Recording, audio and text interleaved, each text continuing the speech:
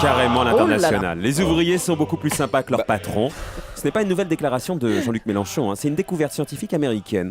Alors pourquoi les ouvriers sont plus sympas que les patrons? Stéphane Blakowski, bonjour. Bonjour Marc-Olivier. Eh ben parce que les ouvriers gagnent moins d'argent que leur patron Marc-Olivier. Vous avez Et remarqué? les scientifiques américains sont formels, plus on est riche, moins on est sympa. On se regarde tous dans le studio, on sait qui est le moins sympa.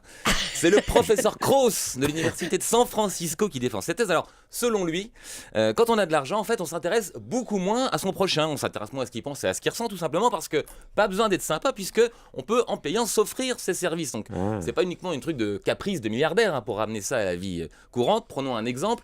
Si vous n'avez pas les moyens de vous payer une babysitter, vous allez devoir compter sur votre famille, vos voisins, vos amis, et donc forcément vous allez devoir un peu être diplomate, vous intéresser à ce qu'ils pensent, à ce qu'ils ressentent. Voilà, c'est ce qu'on appelle être sympa, tout simplement. Tandis qu'avec de l'argent, sur le même exemple, bon, c'est pas la peine de se fatiguer, hein. Si vous payez votre étudiante, elle viendra.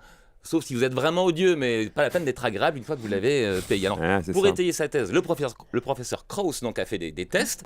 Il a montré des photographies avec des visages qui avaient des expressions à des cobayes riches et à des cobayes moins riches. Et les cobayes riches ont beaucoup plus de difficultés à identifier les émotions exprimées par un visage, tellement ils sont habitués à snober les gens, alors que les pauvres, eux, y arrivent plus facilement. Alors, il y a un côté intéressé dans la démarche, évidemment.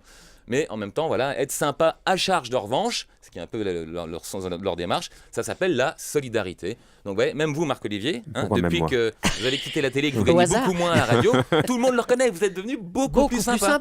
Et ça ne va pas durer. Patron diminue votre salaire par 2, vous serez encore 2 fois plus sympa.